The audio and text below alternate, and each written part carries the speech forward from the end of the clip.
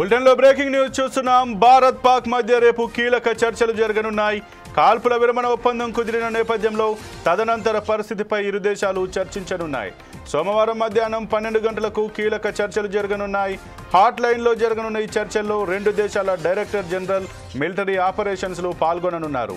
కాల్పుల విరమణ కొనసాగింపు, ఉద్రిక్త వాతావరణం తగ్గించడం వంటి కీలక అంశాలు ప్రస్తావనకు రానున్నాయి.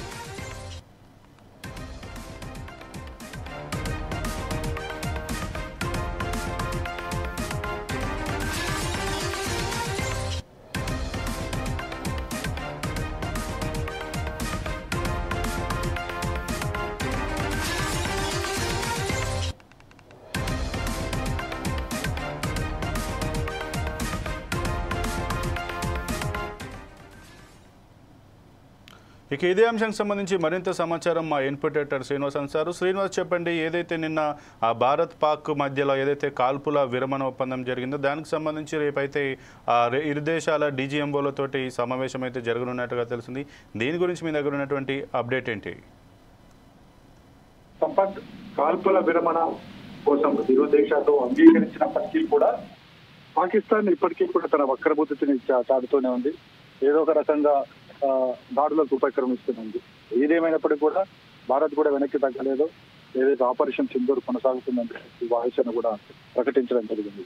ఓకే, ఈ పరిస్థితి అలా ఉంటే కనుక ఇక నిన్న ఏదైతే కాల్పుల విరమణ ఒప్పందం మీద రెండు దేశాల అంగీకారానికి వచ్చాయో ఈ నేపథ్యంలోనే నెక్స్ట్ కాల్పుల విరమణకు సంబంధించి ఇరు దేశాల మధ్య ఏవైతే చేయదలుచుకున్న వాటికి సంబంధించి రేపు డీజీఎం, ఇరు దేశాల డీజీఎం అంటే డైరెక్టర్ జనరల్ మిలిటరీ ఆపరేషన్స్ చూసే అధికారులు ఇరు దేశాలకు సంబంధించిన వారు కూడా హాట్ లైన్ లో ముందుగా చర్చించబోతున్నారు.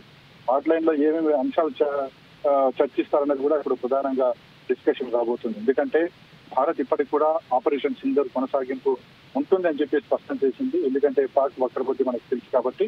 ఇక మరోవైపు చూసుకుంటే కనుక పాకిస్తాన్ సంబంధించి వాళ్ళు కోరేదో ఏమంటే ప్రధానంగా ఏదైతే నిర్ణయాలు భారత్ తీసుకుందో ఆ నిర్ణయాలని ఉపసంహరించుకోవాలని చెప్పి కోరుతారు. కానీ ఇందుకు భారత్ అంగీకరించే ప్రసక్తి లేదు. ఏదైతే సింధు నది ఒప్పందం పక్కకు పెట్టడం కావచ్చు, అదేవిధంగా వీసాల రద్దు కావచ్చు, ఇక మరోవైపు చూసుకుంటే కనుక ఇతర అంశాలు ఏవైతే కఠిన నిర్ణయాలు తీసుకున్నారో ఆ నిర్ణయాలని చర్చించే అవకాశం ఉంది. అది పూర్తిగా ప్రభుత్వపరమైన నిర్ణయాలు కాబట్టి దానికి సంబంధించి డీజీఎం ఏమి మాట్లాడే అవకాశాలు అయితే పెద్దగా ఉండకపోవచ్చు. కేవలం మిలిటరీ ఆపరేషన్ సంబంధించి ఇటు వాయుసేన కావచ్చు, నావికాదళం కావచ్చు, ఆర్మీ కావచ్చు, ఏవైతే వీటికి సంబంధించి ఈ మధ్య చర్చించే అవకాశం ఉంది. అయితే ఎలా చర్చిస్తారు, ఏ అంశాల మీద చర్చిస్తారు, ముఖ్యంగా భారత్ విషయానికి వస్తే కనుక కేవలం ఉగ్రదాడికి సంబంధించి ఉగ్రవాదుల శిబిరాలకు సంబంధించే ప్రధానంగా చర్చ ఉండబోతుంది. ఏదైతే పాకిస్తాన్ ఉగ్రవాదులకు పూర్తిగా అండగా నిలబడుతుంది, నిధులను వారికి కేటాయిస్తుంది, వాళ్ళని ప్రోత్సహించే విధంగా వాళ్ళకి ట్రైనింగ్ క్యాంపులు నిర్వహిస్తుంది, అవన్నీ కూడా పాకిస్తాన్ ఉంది. కాబట్టి ప్రతి ఉగ్రవాద శిబిరాన్ని కూడా ఏరివేయాలన్నదే భారత్ ప్రధాన డిమాండ్. సో ఆ డిమాండ్ కి సంబంధించి పాకిస్తాన్ డీజీఎం ఏ విధంగా స్పందిస్తారో చూడాలి. అదేవిధంగా మిలిటరీ ఆపరేషన్ సంబంధించి ఇంకా ఏదైతే బార్డర్స్ లో సరిహద్దుల్లో ఏదైతే పాక్ కవ్వింపు చర్యలు ఉంటే ఆ కవ్వింపు చర్యలను కూడా భారత్ పాక్ డీజీఎం ముందు పెట్టబోతుంది. దానికి పాక్ డీజీఎం ఏమని స్పందిస్తారో చూడాలి. మొత్తానికైతే రేపు హాట్ లైన్ ద్వారా ఈ చర్చలు ఇరు దేశాల డీజీఎంల మధ్య జరగబోతున్నాయి. మరి ఏ అంశాలు చర్చకు వస్తాయి, దీనికి సంబంధించి ఆయా ప్రభుత్వాలు పాక్ ప్రభుత్వం కావచ్చు, ఇటు భారత ప్రభుత్వం కావచ్చు ఏ విధంగా స్పందిస్తుంది అనేది చూడాల్సి ఉంటుంది. సంపత్.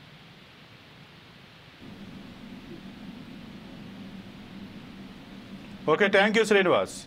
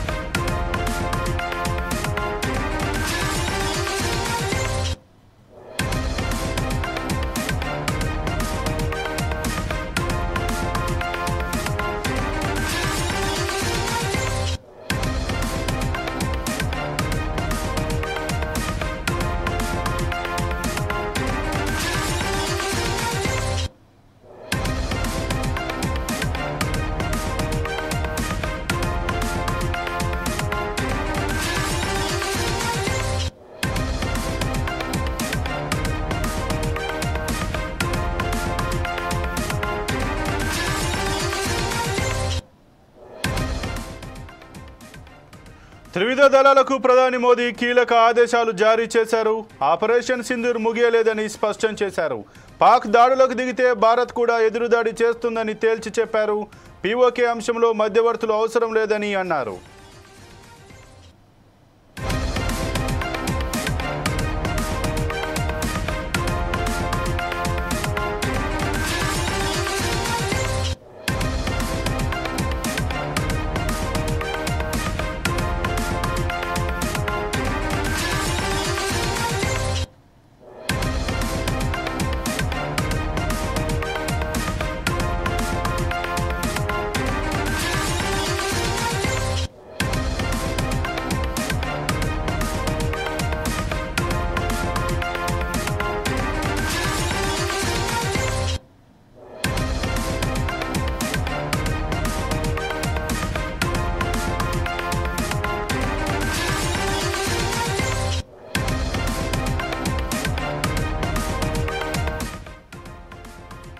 త్రివిధ దళాలకు ప్రధాని మోదీ కీలక ఆదేశాలు జారీ చేశారు. ఆపరేషన్ సింధూర్ ముగియలేదని స్పష్టం చేశారు. పాక్ దాడులకు దిగితే భారత్ కూడా ఎదురుదాడి చేస్తుందని తేల్చి చెప్పారు. పీఓకే అంశంలో మధ్యవర్తులు అవసరం లేదని అన్నారు. కాశ్మీర్ విషయంలో భారత్ వైఖరి ఎప్పుడూ ఒకటే అని అన్నారు.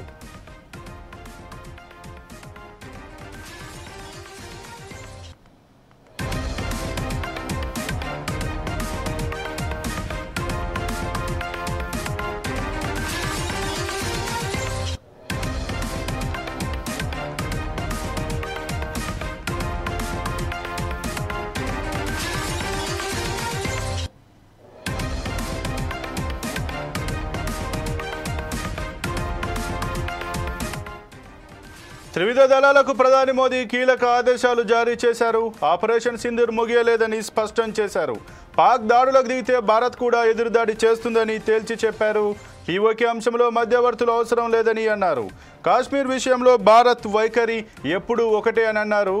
ఇక ఏదైతే నిన్న పాక్ భారత్ మధ్యలో ఏదైతే కాల్పుల విరమణ ఒప్పందం జరిగిందో అప్పటి నుంచి కూడా ఇటు దేశంలోనైతే భిన్నాభిప్రాయాలు వ్యక్తమవుతున్నాయి. ఇంతటితోటి యుద్ధం ఆగిపోతుందా? ఆ యుద్ధం గత 3 రోజుల నుంచి యుద్ధం జరుగుతూ వస్తుంది. భారత్ పైచేయి సాధించింది.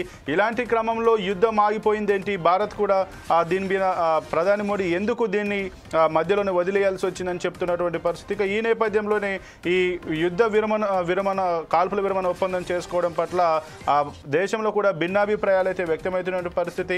ఇక ఈ నేపథ్యంలో ఆపరేషన్ సింధూర్ మాత్రం ఆగిపోయేది లేదు.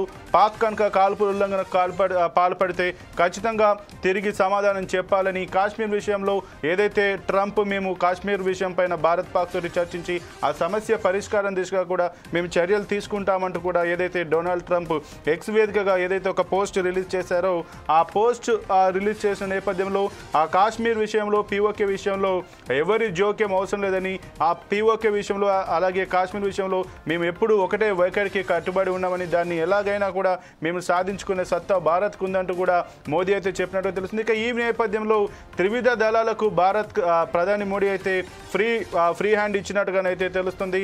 ఏ సమయంలో ఏ రకమైన చర్యకు పాకిస్తాన్ పాల్పడ్డా కూడా ఆ భారత్ త్రివిధ దళాలు తిప్పికొట్టే విధంగా ఎప్పుడు సన్నద్ధంగా ఉండాలని, దీంట్లో మీకు ఎటువంటి ఆంక్షలు కానీ అదుపులు కానీ ఉండవు, మీకు ఫ్రీ హ్యాండ్ ఇస్తున్నానంటూ కూడా ప్రధాని మోదీ అయితే చెప్పినటువంటి పరిస్థితి కనబడుతుంది.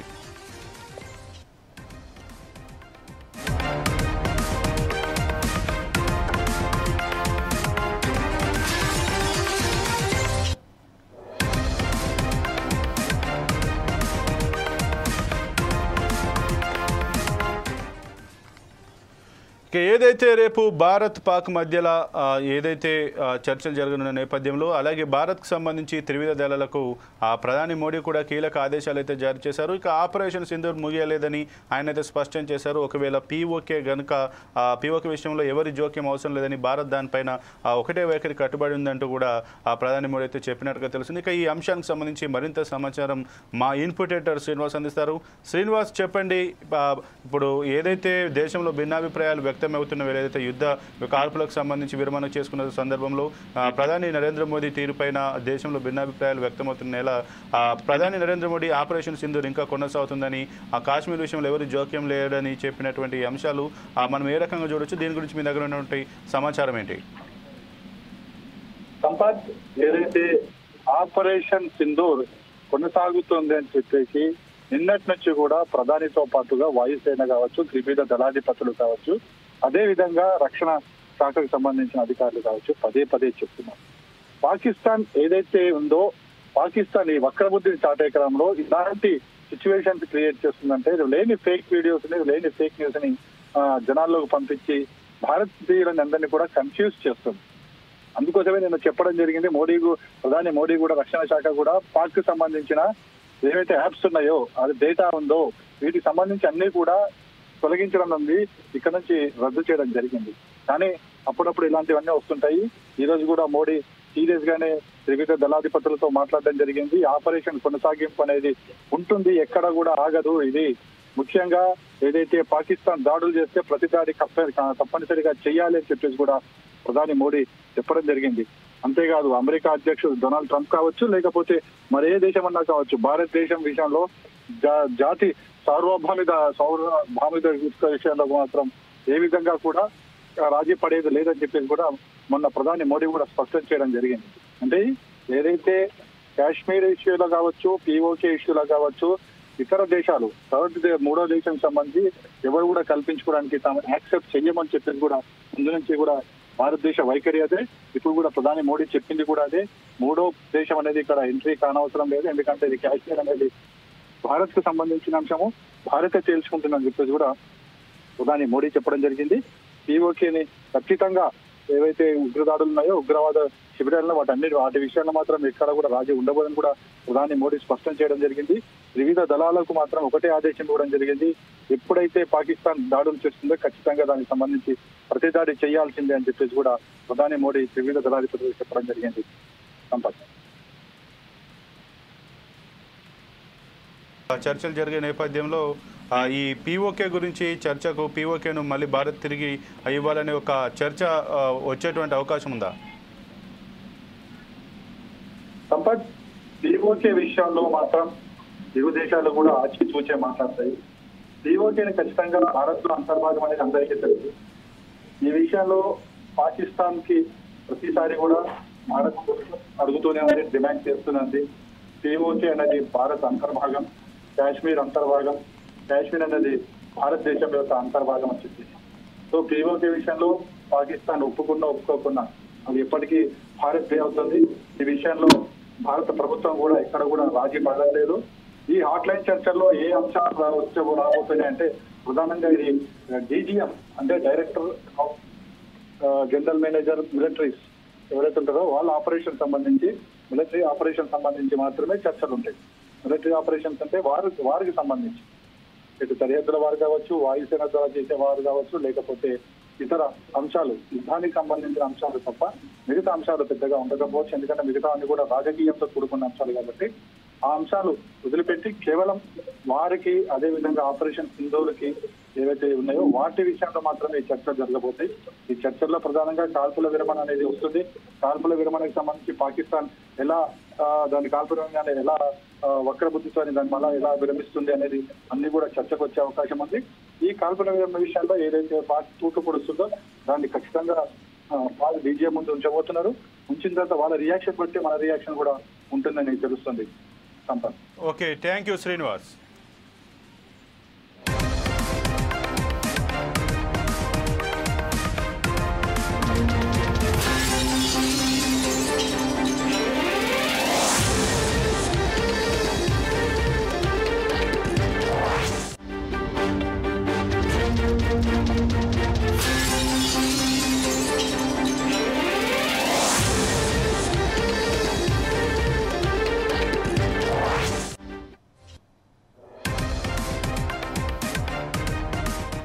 ఇండియన్ ఎయిర్ ఫోర్స్ కీలక ప్రకటన చేసింది. ఆపరేషన్ సింధూర్ కొనసాగుతుందని ప్రకటించింది. దీనిలో భాగంగా తమకు అప్పగించిన పనులను అద్భుత నైపుణ్యాలతో, ఖచ్చితత్వంతో పూర్తి చేసినట్టు పేర్కొంది. ఈ మేరకు ఎక్స్ ఖాతాలో ఇండియన్ ఎయిర్ ఫోర్స్ పోస్ట్ చేసింది. తప్పుడు సమాచారానికి దూరంగా ఉండాలని ఇండియన్ ఎయిర్ ఫోర్స్ కోరింది.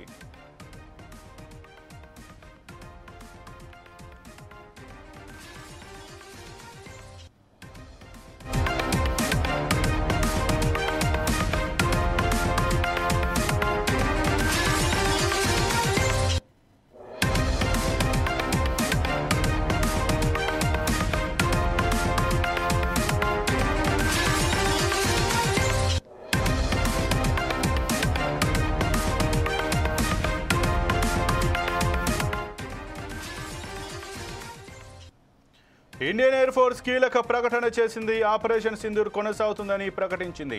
దీనిలో భాగంగా తమకు అప్పగించిన పనులను అద్భుత నైపుణ్యాలతో ఖచ్చితత్వంతో పూర్తి చేసినట్టు పేర్కొంది. ఈ మేరకు ఎక్స్ ఖాతాలో ఇండియన్ ఎయిర్ ఫోర్స్ పోస్ట్ చేసింది. తప్పుడు సమాచారానికి దూరంగా ఉండాలని ఇండియన్ ఎయిర్ ఫోర్స్ కోరింది.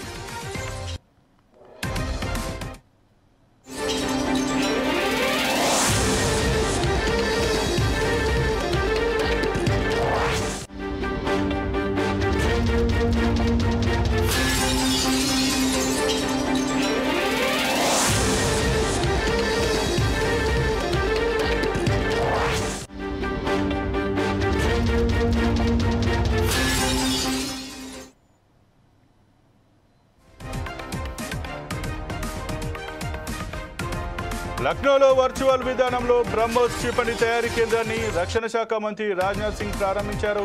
ఆపరేషన్ సింధూర్ కేవలం సైనిక చర్య మాత్రమే కాదని ఉగ్రవాదంపై పోరులో భారత్కు ఉన్న రాజకీయ, సామాజిక, వ్యూహాత్మక సంకల్పానికి నిదర్శనమని రాజ్నాథ్ అన్నారు. పాకిస్తాన్తో ఉద్రిక్తతల వేళ భారత సైన్యం ధైర్య సాహసాలతో పాటు సంయమాన్ని ప్రదర్శించిందని, పాకిస్తాన్లోని అనేక సైనిక స్థావరాలపై దాడి చేసి పహల్గామ్ ఉగ్రదాడికి ధీటైన సమాధానం ఇచ్చిందని చెప్పారు. जब भी रही है साथियों, 11 मई को पोखरण से जो आत्मविश्वास प्रारंभ हुआ था, आज लखनऊ में वह और मजबूत हो रहा है। साथियों, अपनी बात समाप्त करने के पहले मैं कहना चाहता हूं कि जिन भारत विरोधी और आतंकी संगठनों ने भारत माता के मस्तक पर हमला करके कई परिवारों के सिंदूर मिटाए थे, उन्हें भारतीय सेना ने ऑपरेशन सिंदूर के माध्यम से इंसाफ दिलाने का काम किया है और इसके लिए आज सारा देश भारतीय सेनाओं का अभिनंदन कर रहा है। ऑपरेशन सिंदूर सिर्फ एक सैन्य कार्रवाई भर नहीं है, बल्कि भारत की राजनैतिक, सामाजिक और सामरिक इच्छा शक्ति का प्रतीक है। यह ऑपरेशन आतंकवाद के खिलाफ भारत की दृढ़ इच्छा शक्ति का और सैन्य शक्ति की क्षमता और संकल्प शक्ति का भी प्रदर्शन है। हमने दिखाया है, भारत आतंकवाद के खिलाफ जब भी कोई कार्रवाई करेगा तो आतंकवादियों और उनके आकाओं के लिए सरहद पार की जमीन भी सुरक्षित नहीं रहेगी। भारतीय सेनाओं ने ऑपरेशन सिंदूर को पाकिस्तान में मौजूद आतंकी ढांचा ढहाने के उद्देश्य से लॉन्च किया था। हमने उनके आम नागरिकों को कभी निशाना नहीं बनाया था, मगर पाकिस्तान ने न केवल भारत के नागरिक इलाकों को निशाना बनाया, बल्कि मंदिर, गुरुद्वारा, गिरजाघर पर भी हमले करने का प्रयास किया। भारतीय सेना ने शौर्य और पराक्रम के साथ साथ संयम का भी परिचय देते हुए पाकिस्तान के अन्य ठिकानों पर भी प्रहार करके करारा जवाब दिया है। हमने केवल सीमा से सटे सैन्य ठिकानों पर ही नहीं कार्रवाई की, बल्कि भारत की सेनाओं की धमक उस रावलपिंडी तक सुनी गई, यहां पाकिस्तानी फौज का हेडक्वार्टर।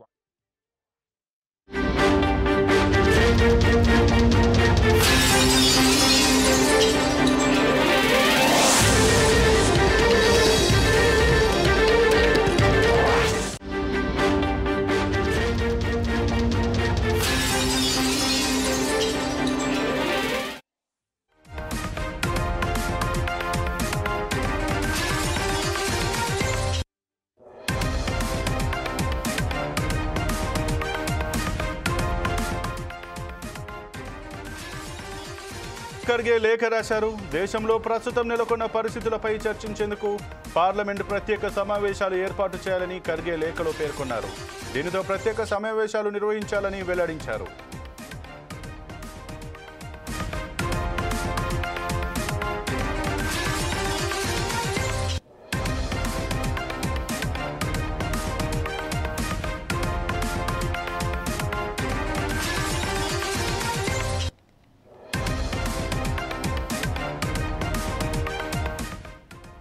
ప్రధాని మోదీకి మల్లికార్జున ఖర్గే లేఖ రాశారు. దేశంలో ప్రస్తుతం నెలకొన్న పరిస్థితులపై చర్చించేందుకు పార్లమెంటు ప్రత్యేక సమావేశాలు ఏర్పాటు చేయాలని ఖర్గే లేఖలో పేర్కొన్నారు.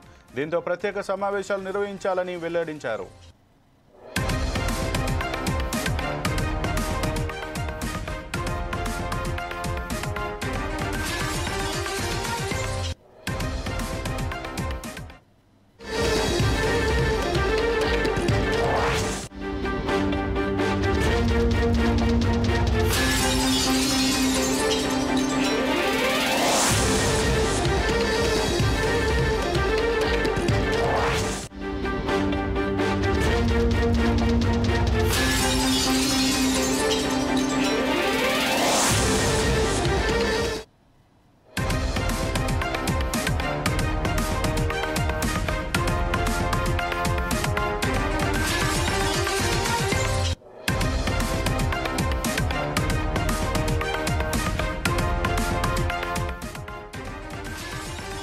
దేశం కోసం ప్రాణాలు అర్పించి అమరుడైన శ్రీ సత్యసాయి జిల్లా కల్లితండవాసి జవాన్ మురళీనాయక్ అంత్యక్రియలు ముగిశాయి.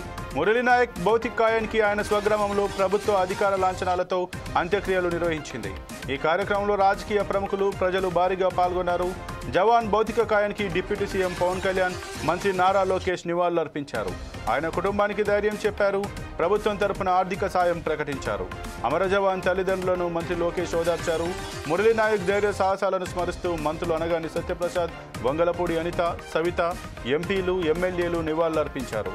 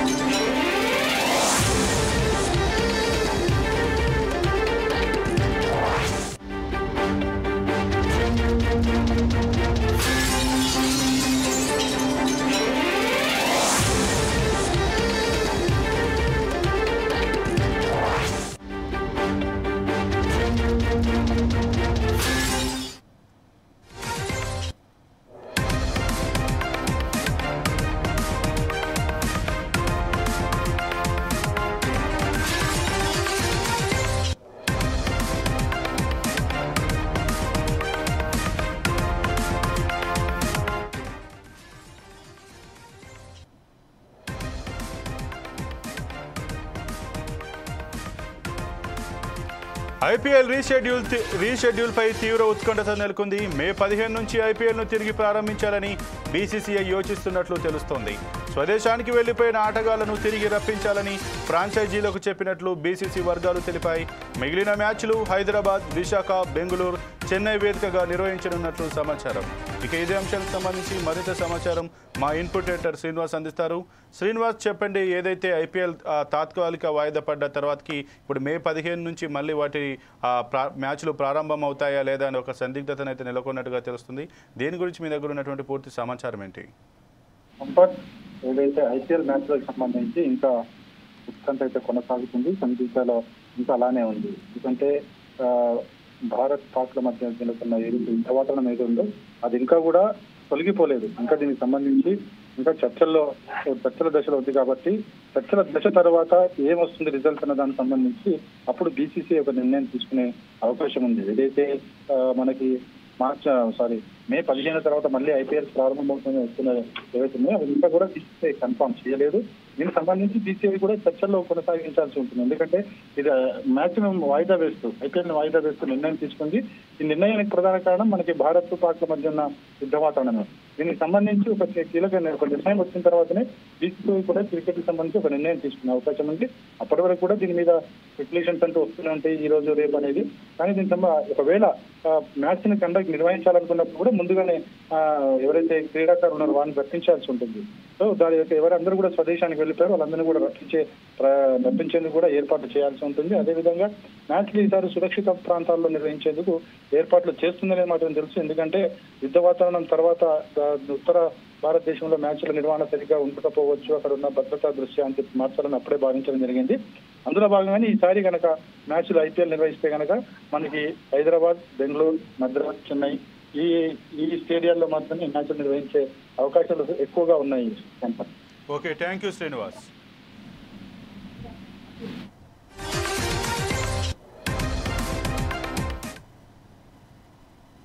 ఇక ఇవి ఇప్పటివరకు బులెటిన్లో ఉన్న అప్డేట్స్. మరిన్ని అప్డేట్స్ కోసం చూస్తూనే ఉండండి 4 Sides TV.